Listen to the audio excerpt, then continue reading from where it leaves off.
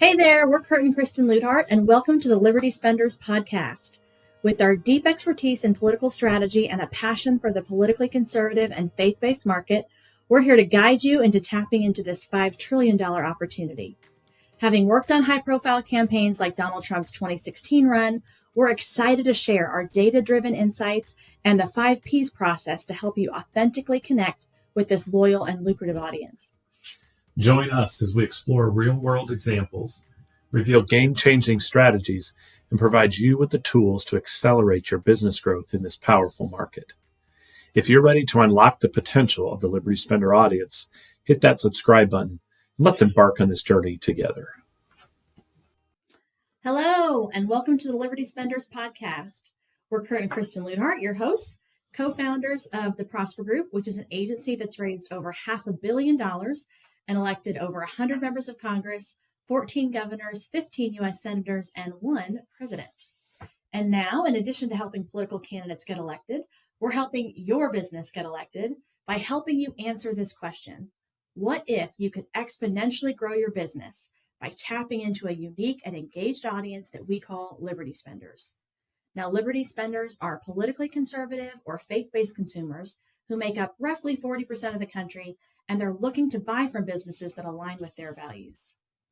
Our guest today is Matt Oczkowski, president of HuMn Behavior. We've known Matt at least since 2014 when he worked for then Governor Scott Walker of Wisconsin. But he has been in the data space for much longer than that. Not soon after working with him in 2014 for Governor Walker, we worked with him on the Trump campaign in 2016, where he ran a team of technical specialists that developed all the data science behind the campaign and actually predicted the surprise and eventual outcome of that 2016 election. We saw him do all of that in real time with a team of nerds in the Trump digital office in San Antonio, Texas, running hundreds of thousands of surveys in key battleground states and help plan where Trump was going to make stops and visits and where money could be spent by the campaign.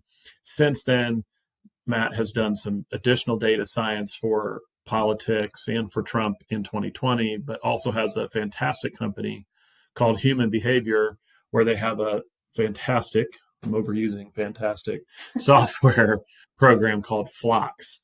So, but before we kind of get into the meat of it, Matt, explain HuMn Behavior and what you do a little bit for the uninitiated.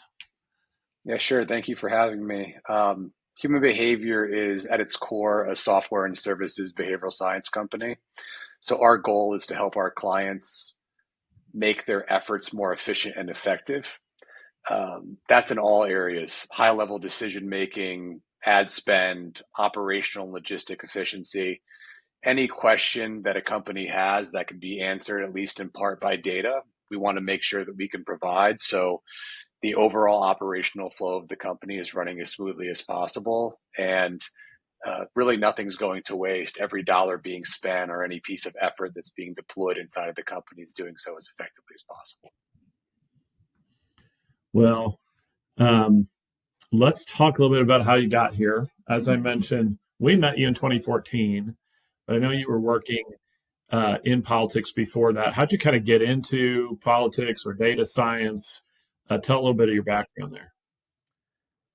Yeah, so when I went to school during my undergrad, I've always been fascinated with computers. I really wanted to study computer science. At the time, even though it wasn't, not that long ago, but I guess it's getting pretty long now, there weren't data science programs in school, or at least not ones that were advanced enough for the commercial world, where a lot of tech programs in colleges, back in the 2000s and 2010s couldn't keep up with commercial advancement. So when I went off to school, my parents said, you could do a fun major, but we want you to have a practical major as well. My parents always wanted to be a lawyer, and a path to that. I was on a pre-law track with a political science under track, and then I took computer science. I don't know if many people would consider that fun, but it was fun for me at the time. And I did my undergrad at James Madison in Virginia, which isn't too far from DC, and I played football and rugby there at the time. And I had the opportunity. The political science program has a lot of deep connections into DC, and I was always a fan of politics, but never really considered it as a career until I made some connections and got some opportunities. Which, when I graduated, I really wanted to go into, traditional tech, and I wanted to be part of one of the big startup tech companies, one of the FANGs, I guess, at the time, and ended up stumbling my way into a quasi job internship at the RNC during the McCain cycle in 2008 with what was called the e-campaign department at the time, before things were yes, digital. I remember all that. E-communications, e-campaign. Yep. That's right. I worked underneath a guy named Cyrus Crone at the time, and then underneath him was a guy named Todd Van Etten, who's a good friend of mine, who was my boss at the time. And I helped build out all the state GOP websites. So all the coding and engineering at that time to do that. And obviously the 2008 McCain-Obama cycle was one for the history books in our world, because Barack Obama's team just pushed technology forward so much. And I think Republicans realized at the time how outgunned we were on the digital data technology side of things. So a light bulb went off in my head, and I said, well, this is a great market to be in. They need the skills that I'm developing and trying to offer. So I did that, and then kind of became a campaign vagabond, traveled around the country working on different races and causes, and ended up back in DC doing public affairs on the technology side until 2013, where I was introduced and found my way to Wisconsin for Governor Walker, and the rest of that's history, I guess. Yeah. Now I remember, didn't you have to move to New Hampshire to get ready for Haley Barbour's presidential campaign, and then he dropped out? That's right. Yeah. So bad memory. We were in talks with them too. We were planning to be involved in that campaign. And I remember still to this day sitting in a hotel ballroom watching him announce he wasn't running, which was the first I knew about it. That's right. And so, when you said Todd Van Etten, I remember that other piece of history. How long were you in New Hampshire before you had to move back? I never actually got up to New Hampshire, but the planning was happening in the works. And lucky for me, I'm a Connecticut native, so it's not too far from where I would have been from originally. But yes, that was exciting for a few weeks until it wasn't anymore. And, I did in 2014, funny enough, I moved a staff member up the day that Walker dropped out. So that was pretty unfortunate for her. Yeah, that's right. That's the business though, right? Like that's the business. And I remember, when people ask how we started our agency, it's like that had a lot to do with it, right? You mentioned you had that joke being a vagabond. It was like, okay, you're employed, then you're unemployed, then you're moving all around, and which can be exciting for a while. But and speaking of history, it's funny because we are such different personalities, but I was also pre-law and got out of that as well. But, I remember us reconvening then in 2016, as Kurt mentioned, in San Antonio, because I remember us being there. We were huddled together with two other people as we were talking with Brad Parscale and trying to help him design what the digital team and department would look like with data and all that. So help people understand a little bit more about what you actually did during that campaign.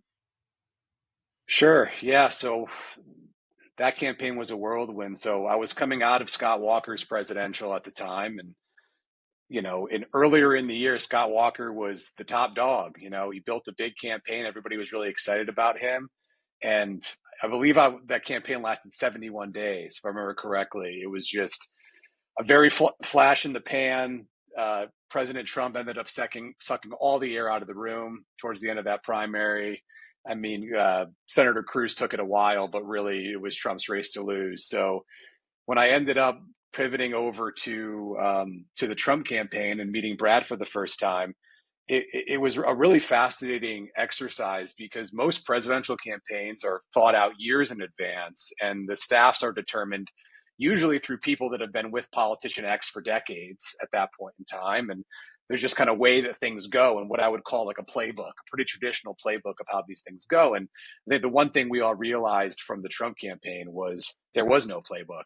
And that was probably the most brilliant thing about it, which was if you were going to do something for that day and age in the most innovative way you could, how can you do it? So, we all convened and descended on San Antonio, and what we ended up doing was powering all the data and data science backing for the campaign. Who the campaign's talking to for persuasion, get out the vote, who do you talk to raise money, what messages are you delivering to which audience, anything that could be informed by data, because the campaign was really innovative in a way. They wanted to be data driven and data led, which is really refreshing for that time. So we found ourselves in a pretty central position to be able to steer things, at least from a data perspective, on the decisions that we were making. Yeah, and I have to give a lot of credit to Brad too, because he was very open to learning and getting insights. And like you said, because he hadn't come from that background, he wasn't locked into all of this is how we've always done things. Yeah, he deserves a ton of credit for being nimble and innovative in that campaign. Mm-hmm. Yeah, I've often, when people ask about it, I'll say, I think people perhaps believe, having witnessed President Trump via Twitter or giving a speech, they don't understand how metrics oriented he is. I remember him being such a metrics oriented guy in that 2016 race, and Brad really needed to show him the data when it came to spending money. And that's really different, again, from a lot of politicians that, give me more TV, give me more ads, do something cool. And Trump needed to be proven it worked before he'd spent his money. I think that's a function of a businessman politician, right? When you come from the world Yes. of business, everything is metrics driven. Politics is a funny world where there's a definitive end date to a lot of our clients, where there's often not a lot of time to gauge merit by the time an election is over. So it's kind of like the circus. You pick up the tent, you move to the next town when this one's over. And testing and after action reports and value, those things often aren't done because campaigns don't want to spend the money post election to study those types of things and look into them. So the fact that you have there's been other businessmen or businesswomen politicians that we've worked with. When you're with those kind of candidates, campaigns are often run like a business. And that is really refreshing for people in our roles, because we are ultimately metrics driven people. And a lot of what we do isn't gut intuition or fuzzy feelings or things like that. It's ultimately we're trying to prove value with hard statistics and facts for things. And if you have a campaign that buys into that, our jobs become a lot easier. Yeah. Yeah. 100%. Yeah. I always used to joke. Every campaign conference call generally goes the same. Pollster and TV guy get on. Pollster says we're down 10 points with such and such an audience. And the TV guy says, the answer is we need 1,000 more gross rating points to get our message out. Then the next week we get on, pollster says we're up 10 points with such and such an audience. And the pollsters and the TV guy says we need 1,000 more gross rating points because it's working so well. And there's just no real sense of, well, what actually produced the result.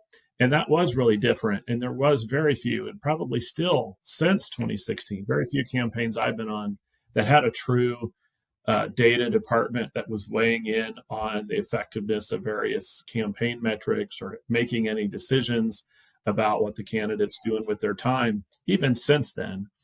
So it was such an innovative approach for Trump. And I know he continued that on working with you on his reelect, but it was a different campaign by then, because now he wasn't just a guy nobody thought was going to win. Now he was the president of the United States, and you're dealing with a difficult environment in the middle of COVID, and obviously a media who hated him even more than they hated him in 2016.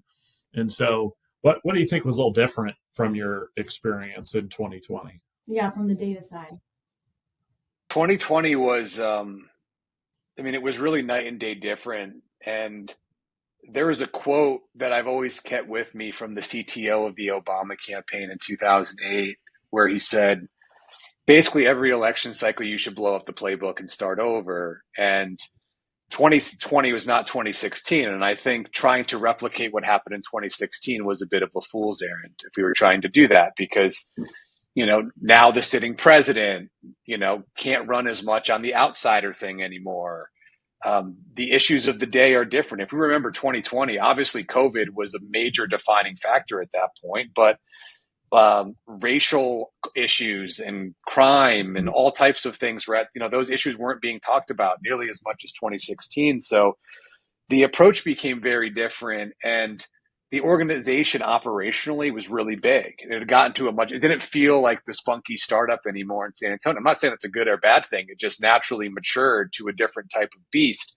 And when things get bigger, it sometimes isn't as nimble to shift the direction that you're trying to go in. And a lot of times things have been set. So, leading into 2020, if we all remember, Trump was cruising ahead for most of that time until COVID hit. I mean, when COVID hit, it completely flipped upside down at that point.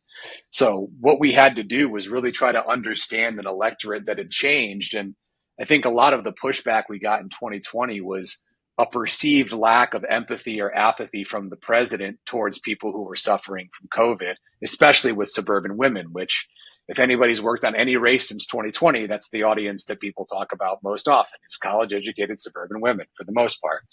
And, that's where we saw a lot of decay in that election. There's a lot of nuance there, but, another big difficulty of 2020 was just a lot of election laws changed in a lot of these states. So when you could count ballots, how early you could count ballots. So our job didn't end election day. I mean, we were working on waiting for votes to come in Arizona to try to increase our vote lead, and votes were still being cast and counted in Pennsylvania. And the whole measurement of the election was different and more difficult this time around as well. But I guess if I had to sum up what was the key difference from 2020 is, instead of defining who we wanted our candidate to be, because President Trump was new in 2016 and largely known as this larger-than-life business entertainment figure, it was more, how do we position who he's known as now in terms of trying to win, persuadable voters. And at the end of the day, President Biden at the time just got a lot of that empathy and apathy vote. People who just kind of thought he was just a more moderate, down the middle, wise, older politician. And I think 2024, I think that luster is clearly run out for him. And I think we'll see what happens moving forward here. But, 2020 was a very different operational beast, and we had to treat it as so just because the times and the candidate were different. Yeah. Well, and you really, it's a good segue into talking more about the Patriot Economy, Liberty Spenders, because of course, since then, as we've talked about, even building your own business and building your own portfolio of very large corporations. And you were talking about changes really to the way consumers were buying even last year in 2023 before we launched Liberty Spenders. And you had a great op-ed that got picked up by a lot of people. And I'm just curious, what were you seeing at the time that led you to want to write that? Yeah, I mean, having worked in the political arena for a long time, I think the natural evolution for our company was kind of what's next. And when you've done a presidential, I mean, there's a level of accomplishment with that where,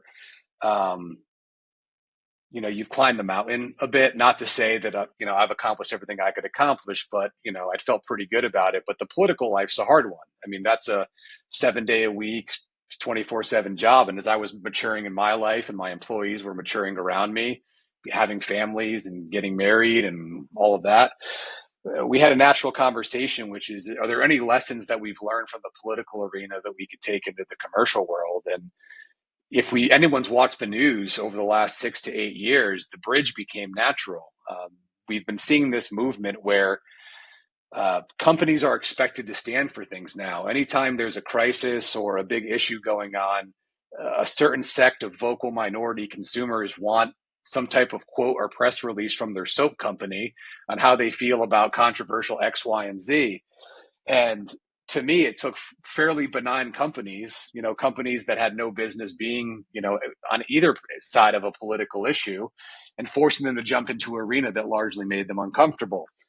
And because of that, or alongside of that, in my opinion, we've seen somewhat of a balkanization of the country, where there's been a lot of population movement where people are moving to places that more match their beliefs or worldview or kind of what they want out of life. And in our world versus a lot of my competitors in the commercial space, a lot of commercial marketing and targeting is spent on the coast just naturally because all the biggest markets are New York, LA, San Francisco, Atlanta, I mean, whatever, you name it. But our battleground state targeting for all these campaigns is in the middle of the country. It's 13 to 17 states that you'd call flyover states or middle America, but there's a ton of business being done in these states. And you've seen a lot of big corporate companies, whether it be getting caught in bubble methodology or whatever you want to call it, kind of skew their operational thinking and decision making to the people in the cities where they operate or where most of their operations are. You see things like what happened to Bud Light or what Disney's been going through and continues to go through, or, issues have happened on the right as well. I mean, Chick-fil-A's dealt with some of their own things over time. And the path became natural for us, which is if we're really good at voter targeting, we could also be agnostic and do consumer targeting on the other side and attempt to understand consumer tribalism. So what we first started doing, and some of the things you might have read, had been about the idea of, is this real? Or is this just something we talk about for the press? Because a lot of times you talk about controversies or, boycotts especially, and they don't stick. It's the news of the week or the day, and it kind of goes away. But Bud Light stuck, and it stuck for a long time. And arguably the first time it's really financially stuck from a politicization standpoint. And I said, okay, we have something different here that's going on. And so our goal now when we work with clients is it's a very similar offering at a high level of the consumer world. It's decision intelligence. You have decisions to make. We want to help you make those more intelligent. But if we're going to get really specific about how we differentiate, it's you feel pressure and inclination to communicate with your customers in a certain way. Not only can I help tell you if that's a good idea or not, but what is the impact that would have? Because for every action, there's an equal and opposite reaction on the other end of that. So if you're going to put DEI standards into your movies, what's that going to do and alienate? And I'm not trying to come at this from a political standpoint. I don't consider my firm partisan in the commercial world. I want to help everyone because frankly, I think those companies need the most help, in understanding this. So our whole process of building the company and understanding this world was a large pivot to what I see. People call it the parallel economy, the Patriot Economy. You guys call them liberty spenders, whatever you want to say. There's kind of a fomenting uprising happening now on the right that has existed on the left for a long time with brands like Patagonia and REI and, cause-driven brands. You're starting to see that on the other side now as well. Mm-hmm. And it's interesting because, you were talking about this, and we talked about this before the show, this idea of, tribalism. And one of the things we're excited about with this initiative is that we can really help businesses and not have them feel like they have to join into that right on either side. Sure. It's just understanding and having a respect and being intelligent about how you message and realizing that you really can cater to this wide audience in a number of different ways. And you don't have to feel like you have to do something that's going to, alienate one side or the other in particular. Yeah. And sometimes it's okay to say nothing. I mean, I think a lot of customers, when you look at the research, we've conducted a lot of sample, even asking like, do you care if your soap company has an opinion on X, Y, or Z issue? And generally the answer is like, I'd like my soap company to have soap and sell soap. But there's a massive generational divide with that, where guys my dad's age are that opinion. They're just like, I remember when like a bar of soap was a bar of soap and you'd buy it and all I wanted to know in the ad was, does it get me clean and how much does it cost? And like, that's about it.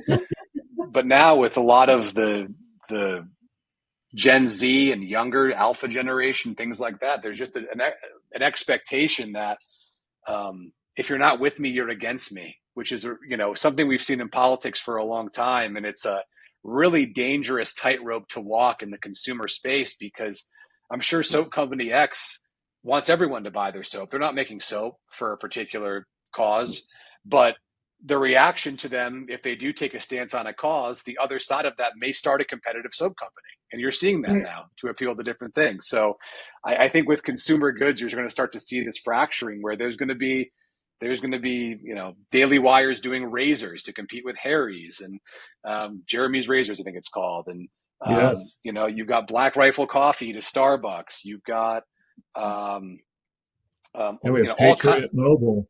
Yes. That's right. Patriot Mobile. You've got Jocko Willink's doing Origin now, which is making jeans and clothes in America, and as a counterculture to some other brands. And I've joked with you guys about this before, where the conservative economy 10, 20 years ago was a bit laughable, where it was, cash for gold and tomato planters and doomsday prepping stuff. And there's a place for that. I understand all that, but I wouldn't consider that like the true zeitgeist of the American economy. But when you're talking about coffee and sneakers and clothes, like those are real industries that real people are buying. And these are companies that are doing hundreds and hundreds of millions of dollars a year in revenue, that are taking a pretty big chunk out of their competitors in the space. And I think we're in the first half of the first inning of this ball game right now. So it'll be curious to see how things play out. Yeah, well, and we always hold up Black Rifle Coffee Company as such an example because it's such a ubiquitous product. There's nothing conservative about coffee. Sure. But they have built a brand that's incredibly popular and built a very valuable company, primarily on marketing to conservatives, and even doing it in such a non-controversial way, saying we support veterans, we're pro-military. Their name itself says a little bit about how they view the Second Amendment. But yeah, it's such a good example. I know you've had some experience working with them, and maybe there's some lessons from Black Rifle that you could share. Well, I think what you just said is really important, which is I've been trying to coin a term, not coin it, but focus on cultural intelligence versus consumer intelligence. And I think the term culture is very important because, the beginning of our conversation was about politics. And when we talk about politics transferring into this, it is not a one-to-one equation. There are elements of politics that transfer, but a lot of these brands I wouldn't consider political to any extent. They are morals, values, issues oriented companies where some of the morals and values they have, you may put on one side of the aisle or plot them on a spectrum of where things are. But none of these companies got into this for the politics of it. They got into it because they were passionate about goods and they wanted other people like them to share their passion for these goods, which is why they did it. So Black Rifle is a great example of knowing who you are and being something to someone with your brand. So a group of veterans who have a great story about how they found their passion for coffee, appealing to veterans and veteran adjacent people. And there's a lot of veterans and veterans adjacent people in this country.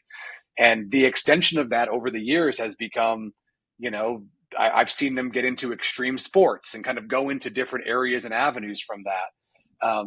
But as they grew, they were just really diligent of making really good, fun content that appealed to who their audience was. And the stuff that they were making, you could never imagine any big corporate agency in New York or San Francisco or LA doing for Starbucks or Dunkin' Donuts or something like that.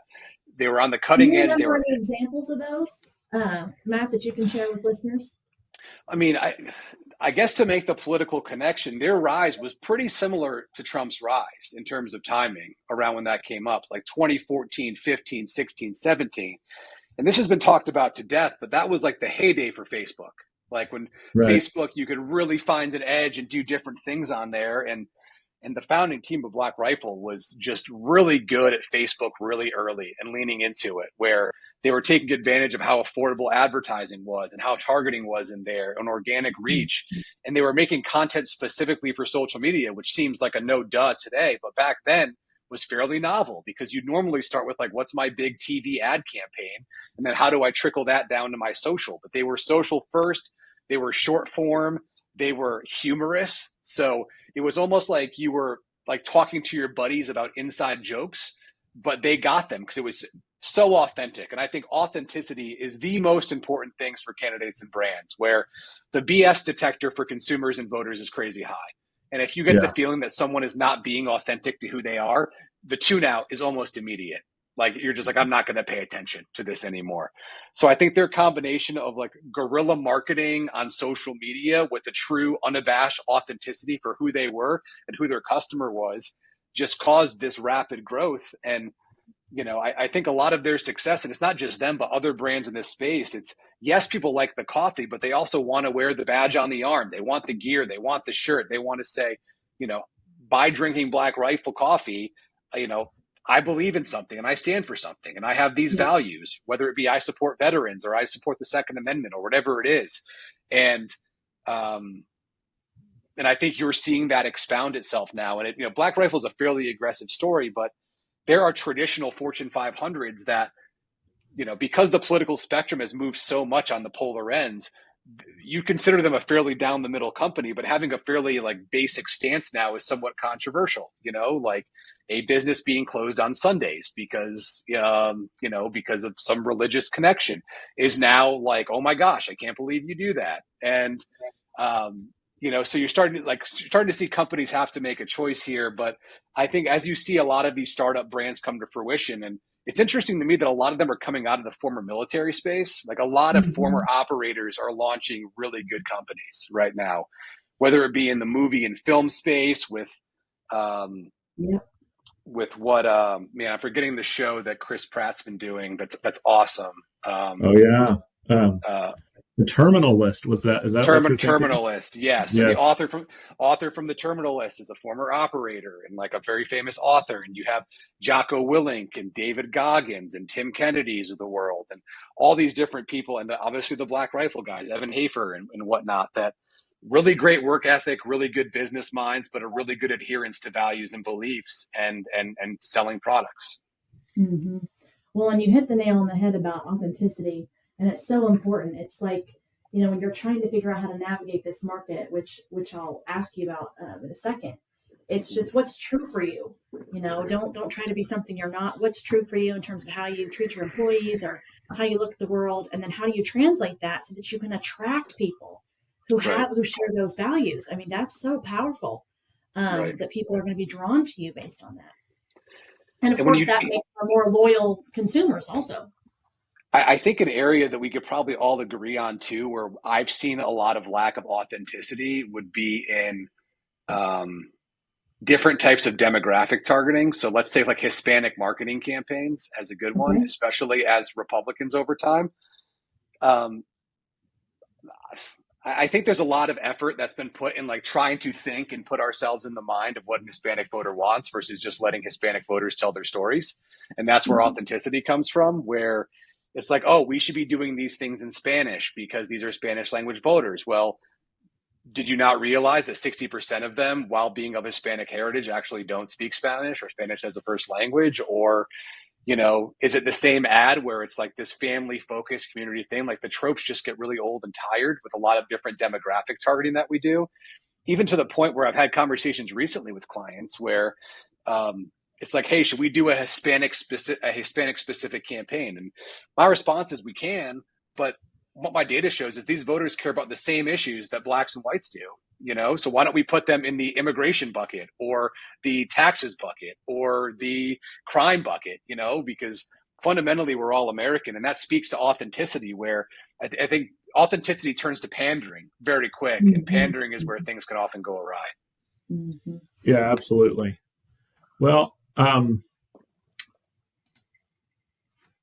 feel to some extent, as I look out at the world, that this phenomenon is truly universal, this kind of tribal buying, because I see it really on both sides. You named a couple of companies that are sort of known for more progressive viewpoints. I could add Ben and Jerry's to that, and probably a host of other companies.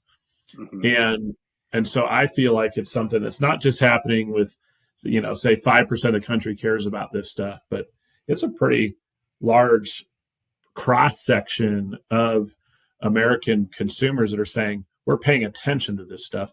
I know you've done some deep dives into this. What do you think that really looks like? Yeah, it's a great question. I think, again, it's hard to not have this conversation and I'm really trying hard not to politically polarize things, but that's kind of the spectrum that we're talking about here, which is, you mentioned Ben and Jerry's. When most people think about Ben and Jerry's, I think they've become numb to the political opinions of them because it's been part of their zeitgeist for 20 years or longer. They've been talking about reappropriating land for, since Ben and Jerry's has been a company, essentially. And you have, some of the other brands that I've mentioned, but there's dozens. And I think if you really think about the psychology of individuals, people who tend to fall left of center are far more emotionally driven than people who fall right of center. Right of center, even businesses are far more logic and factually based. So we may be types of people that we want to see the numbers or see the data, or the, inflation's gone up this much, or, national debt is this, or here's the brass tacks. But what consumer psychology tells us is it's really hard to beat emotion with logic, where when you show a Dawn soap ad of a baby seal covered in oil, it's going to be far more effective than it eliminates 99% of germs, as an example of that. And I think the left has been doing this for a long time, or companies that kind of fall on the consumerism side of the left, where it's been fairly harmless for a long time. But as things start to progress and reach further and further, I think the only times things change is when consumers say they want them to change. Like, fundamentally, where dollars and spending goes is what changes things. There's no law or anything that the government's going to do to change or fix that, largely. And I think as things have started to be changed with things like DEI standards and the further I believe the extreme ends on both sides of the aisle have gotten more extreme. I'm not, I think that goes for the right as it does for the left. And those vocal minorities are they've pushed politicians, which is why primaries are so difficult in politics, because you have to run to your base and then try to moderate back to the middle when you get to a general election. It's very difficult for companies to do that. And if you're being forced to pick a side, either you have to completely stay out of it, or you've got to be able to pick a side and run with it. And as companies have picked sides and consumers have noticed, they've said, hey, this isn't something I believe in. This isn't something that matches for me. Or, even if I don't believe in this, you're a soap company. I just want to buy your soap. I didn't need to know that you stood for this, this, and this. That has nothing to do with that. And I think this level of social pressure, because we've seen it from the left for a long time, you're now seeing it from the right, where a lot of the same tactics are being used, whether it be boycotts or, the advent of social media, even over the last decade or 15 years, has caused a lot of this. And I think the fragmentation of mainstream media is a big part of this as well, where, when it used to be to see what O'Reilly said at primetime on Fox, you now have outlets like the Daily Wire or Benny Johnson or conservative commentators that have kind of diffused, decentralized media in a way where things spread and go viral at a bit of a different rate than they used to. My impression is it's not this, some people, when I talk to about, say, liberty spenders, people who want to know from a center-right perspective that you're aligned with their values, even if it's in a positive way. Like, if I'm going to spend my money, great example is we have a 2-year-old and a 4-year-old in the house, which means thankfully the 4-year-old's potty trained, but the 2-year-old goes through a lot of diapers. I like buying from Every Life because that Every Life is a diaper company that donates a little money to crisis pregnancy centers to support unplanned pregnancies. And I also discovered that some of the other diaper companies donate to Planned Parenthood, which pays for abortion. So it felt inconsistent for me. And so I look at that and I look at it in a very positive way. And I don't think I'm in a very small minority. I think that this is a giant audience, and trying to quantify that for people is always a challenge. Are we talking about 2% of the country? Are we talking about 40%? I think we're much closer to 40 than 2, but I'm curious what you think. So great question. We've actually tested this. So I have data on this where from research we've done, 25% of American consumers said they would outright boycott a brand if a brand disaligned with their core values of what kind of they wanted. An additional 39% said they would contemplate buying an alternative brand, not outright boycott, but they would consider changing their consumer behavior and consumer spending. So I think your intuition is right, Kurt, which is the idea that if consumers are presented with an alternative that is equal in quality, they will choose one that aligns more with their morals and values and beliefs and how they see the world. And not just you, Kurt, the whole thing that I do and study at HuMn Behavior, the tribal element of what we do, we call it flocks, is it's not just trying to win you, it's trying to win your community. Because the idea is where you live has a major impact on what you believe, who you vote for, where you buy, where you shop. You made a choice to live where you lived. Most people do, not everyone does, but most people do. So what you see when we're actually able to very neatly geographically cluster consumer tribalism and redraw maps based on people who look alike and shop alike and act alike. So if I know if Kurt says something online or signifies or starts buying in some way that I'm going to buy this alternative diaper brand, I know with a great degree of confidence that I should be marketing to and talking to your community. And you may be a tribal leader in your community. You may be running a Rotary Club, or you may be involved in a men's league softball group, or you may be doing something else. So the whole idea is finding tribal leaders, identifying tribal communities, and trying to, spread things that way. And that's essentially what Black Rifle was trying to do, which is putting stores in locations where they were the counterculture to a brand in an area that didn't necessarily support their values. And I think that's brilliant. So the business opportunity is there because consumers are telling us that, like, with presented with another choice, we would be willing to buy that other choice. Obviously, there's a lot of nuance there where if the startup brand is twice as expensive, it's not going to be feasible for people to go and buy. But if all things are equal, it's a no-brainer. It's just the problem with most consumer goods is they're owned by like one of three mega companies in this country that are ultimately owned and invested in by BlackRock and Vanguard. And, that's where kind of things all kind of trickle down and boil down to. Which is why I think as investors get savvy and more conservative, and I'm seeing this happen now, like you will start to see counterculture to probably almost anything coming up. And these companies don't have to be multi-billion dollar companies in revenue to be successful either. There's a way to do very well being something to someone in these areas. And I think we're only going to see more of that. Yeah, we've seen a number of examples, and I like to point out Patriot Mobile frequently because they're such a good example of that. They're a company that is competing against the biggest brands in the world, and they've gotten 120, 130,000 subscribers, which is a small fraction of the potential for the wireless, industry or wireless market in this country. But that's a company that's probably worth nine figures. From just saying we're going to be something. I love your line, something to someone. So we're going to be a wireless company that Christians and conservatives really believe in. I think it's a powerful marketing tool. And I know a big part of this is understanding data and thinking about if there is a audience of Liberty spenders or people who are well aligned with you, how do you find them? Where do you go? How do you understand? How do you not waste your marketing dollars potentially on people who aren't in that flock, if we're using your terminology, or your tribe? And I think that's where companies like yours come in. It's there's a lot of this is a big country. How do we find the right folks to talk to? Yeah. So I think in my industry for the last 10 years or so, the word or the methodology that's been used most is micro-targeting. The idea that we can go down to the individual, learn a lot about you, and be able to message and target you. And I almost feel like the pendulum has swung too much in that direction, personally, where micro-targeting is massively limited by the amount of information we know about people. So it's how good and how robust your data sources are.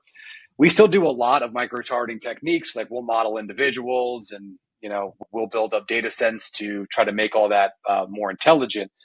But the idea behind flocks was we've largely forgotten geographic targeting. And the geographic targeting we do is based on what we would consider antiquated geographic targeting units. So county lines drawn hundreds of years ago based on, all different type of land rights ownership. DMAs largely invented by Nielsen a long time ago based on cable dish reach. Even state lines were fairly arbitrarily drawn a long time ago. So when I talk to businesses and they tell me, I'm like, okay, well, what's your strategy? How do you view the country? And their answer is, well, we've got the Northeast region, the Southeast region, we've got the Midwest, we've got the Pacific Northwest. And I'm like, why? Why do you do it that way? And they said, well, that's the way everybody does it, and that's the way we've always done it. And my response is, I don't know if today it's a good enough answer, because with technology, we have the ability to say, well, Portland, Oregon is in the Pacific Northwest. but that customer couldn't be further from the customer that you're actually trying to reach. So our ability to cluster Eastern Oregon versus Western Oregon, would help you be able to articulate to your board and your company and your shareholders in a way how you're going at operationally targeting people. So the idea for Flocks, Flocks is actually an acronym. It stands for Fortune, Leisure, Origin, Community, Knowing, and Standards. And those are the 6 variables that we've determined accurately predict consumer tribalism. So underneath each of those variables, we have hundreds of data points that range from demographics, geographics, behavioral data. And because Flocks at its core is geographic, meaning I don't need personal information to build the methodology, it opens up a whole host of data sets that you don't normally get to target. So we can use things like the census and governmental data that you wouldn't normally be able to use, or things like the Zillow API on the price per square foot of real estate. That it all kind of ties together a tapestry of consumer behavior and how consumers think and what they buy. So the idea behind Flocks was really to say, okay, we know that we can talk to individuals and reach them, but that is only one way to look at this and one limiting factor. So let's take a step back and figure out, where should we even be spending? Maybe we shouldn't be nationwide. Maybe we should be focusing on these key flocks that we built and determined here. A lot of companies are trying to set up retail stores, so retail site selection becomes huge with this type of thing. Some companies are still doing things like delivery for logistics and operations and how to optimize those routes, where to put fulfillment centers based on where we think your customers are going to be and projecting that out in the future. So a lot of the idea behind what we've done is, how do we take the tried and true customer lookalike scores, attrition modeling, normal, what I would call business modeling, and combine it with this behavioral tribal element that is Flocks, to focus on not just who to talk to, but one area we haven't talked a lot about yet is what to say to people. And that's massive other side of the coin here, which is what is the creative that you're making? How are you segmenting these audiences? Are you matching things like reading level, tonality, sentiment, color choices? All of that can be done at a granular level. And generative AI is advancing so fast that our ability to produce tons of multivariate creative is going to be quite high. In the next 3 years, the way that we view creative development is going to massively change, probably for video as well. So we really focus with our clients on, okay, what is the methodology where we understand the market and the landscape? Who are the customers that live underneath it? How do we identify them? And then how do we segment them to figure out what is the right message to elicit a response? And how do we motivate that individual to buy? Yeah, well, and it's interesting you were talking about messaging, because that's a big, one of our other P's in our 5P system. And we talk a lot about positioning. Now, again, you've got, you're talking about a very granular, data-based approach, right? Because you're talking about getting access to all this other kinds of data. And we try to help clients think about it from a broad, big picture view, because they're trying to understand this concept. And so we talked to them about 3 basic options you could try to position. You could try to focus on market fit, where it's just about speaking to the desires and unique needs of this audience, right? And you're not having to take a fit, like you talked about. You call them doomsday preppers, right? Or when we sell gold and metals and those types of things, that is speaking to the unique needs and desires of that audience. You can also take an issue-based approach, right? We talked about Black Rifle Coffee in that instance, or ideology, where you go, full on the nose, right? Mm-hmm. And Patriot Mobile is that way. And so I'm curious, when we're talking about messaging, how would you help explain that, I guess, to a customer who maybe doesn't have the ability or isn't planning to get all of that data to try to figure out how they might position themselves? Yeah, so I think when we're talking about messaging, we have to go back to an earlier part of our conversation and start with authenticity. So if you don't have the resources, or maybe you haven't built up your technical infrastructure in a way to do all kinds of segmentation, and maybe that's in your future, but it doesn't exist right now. So I think what I would consider your tentpole message, which is what is the message your company is going to rest on, is very important, because that's not something you could change over time. Ultimately, you have to position yourself in a way that articulates who you are and if you start to change or reposition who you are to your customers too frequently, they will start to be brand confusion around who you really are and what you stand for and what you're doing. So I think at first, being assured that, I'm starting a company for this purpose. I'm trying to sell X, Y, or Z, and this is the lens through which I'm trying to sell X, Y, or Z. Be that. Lean into that. Don't be afraid. Don't be shy of that. Be who you are. Once you kind of have that core message or core tentpole defined, you can then start to build the tentacles from that, or the strings that come down on, okay, so I'm, I don't know, let's take a, I guess we could use Black Rifle again as an example. I'm selling coffee. I started off selling to veterans. Okay, where do I go from here? Well, there's, 10 million veterans, but there's 50 to 70 million veteran adjacent people in the country. Okay, so where does that messaging go from there? Maybe a natural extension from that would be Second Amendment messaging. So gun enthusiasts, gun hobbyists, self-defense, things like that come into play. Okay, we noticed that worked. Well, a natural extension of that becomes NFL fans or football fans. So let's go do a partnership with the Dallas Cowboys. Okay, we also noticed that a market competitor to us are energy drinks. So what does Red Bull do? They're doing a lot of extreme sports messaging. Maybe we should try, to go into that market. So I think messaging becomes kind of a natural progression, I would say, from a non-data perspective. But what we do is really help not only the do no harm messaging with, is what you're going to do have the opposite reaction that you want from your customers. But not all customers view the world the same way. And I think understanding why your customers came to you in the first place is really important. If you're a mobile provider, maybe they came for price. Maybe they came because of the values. Maybe they came because of a particular service offering that you have. And oftentimes I see brands have misalignment where if someone came for the price and you then hammer them with values-based messaging, you have the potential to turn off a customer or lose a customer. So I think you're naturally going to learn that the more that you're able to engage and solicit feedback from your customers. And I highly suggest that companies set up some type of feedback mechanism where you're able to get the opinions of your customers from time to time, do research, send out a survey or a poll, incentivize it. Because, for the first few months, if you're straying away from your customers, it might not be noticeable, but the further you stray month over month, it's going to become a big problem. So you need some type of feedback mechanism to help inform ultimately how you're trying to message to your customers. Mm-hmm.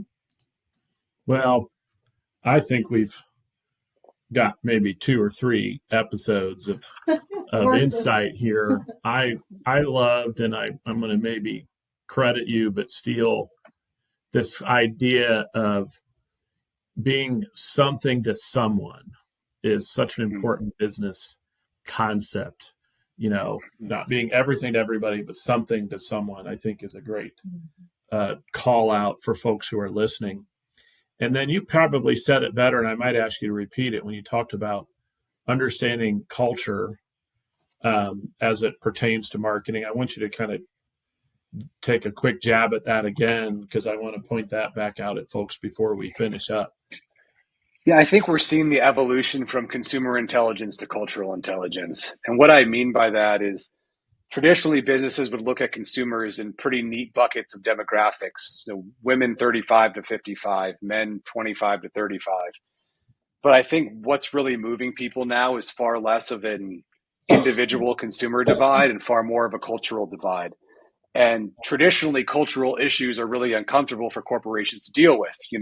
Big corporations, whenever something gets cultural, they're hiring crisis comms firms and lobbyists and pollsters to be able to help them navigate that. But I think part of that world is starting to get comfortable being uncomfortable as things kind of move to more of a cultural sense, and lean into who you are. And that ties back to authenticity. So, what we're seeing is cultural issues are playing a role in consumerism. So if a big cultural event happens, you as a business leader need to think about, is that going to have an effect on my business?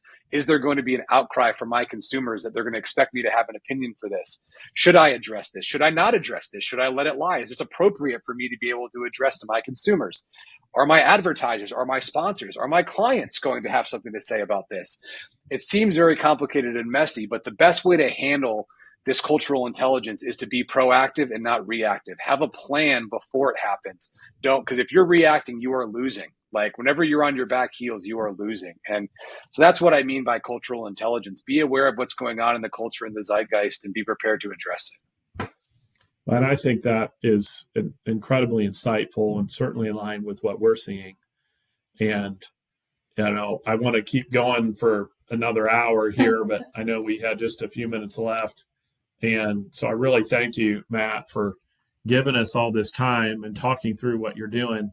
For people who want to get a hold of Matt, you can hit up Matt's company at www.hummnbehavior.com, and you won't regret, getting to know Matt if you reach out. So really thank everybody for tuning in. Yes, we appreciate your time. We invite you to join the Liberty Partnership community at libertyspenders.com. There you can learn how you can engage with this audience and also dive deeper with our Liberty Access Multiplier AI tool. So don't miss this chance that you're hearing about to grow your business and really gain an unfair advantage in the marketplace. Check out libertyspenders.com today. And thanks again to Matt. Thanks for tuning in. Until next time.